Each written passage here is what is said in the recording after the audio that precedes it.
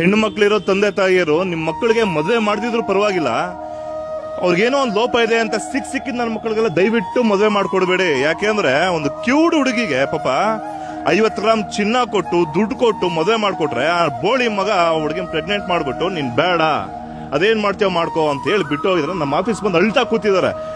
ಯಾಕಪ್ಪ ಹಿಂಗ್ ಮಾಡ್ತೀಯ ಅಂದ್ರೆ ನನ್ಗೆ ಅವ್ರ ಗೊತ್ತು ಇವ್ರ ಗೊತ್ತು ಆ ರಾಜಕಾರಣಿಗಳು ಗೊತ್ತು, ಏನ್ ಬೇಕಾದ್ರೂ ಮಾಡ್ಕೊಳ್ಳಿ ನನ್ ಬೇಕಾಗಿಲ್ಲ, ನನ್ ದುಡ್ಗೋಸ್ಕರನೇ ಆಗಿದ್ದು ಅಂತಾರೆ.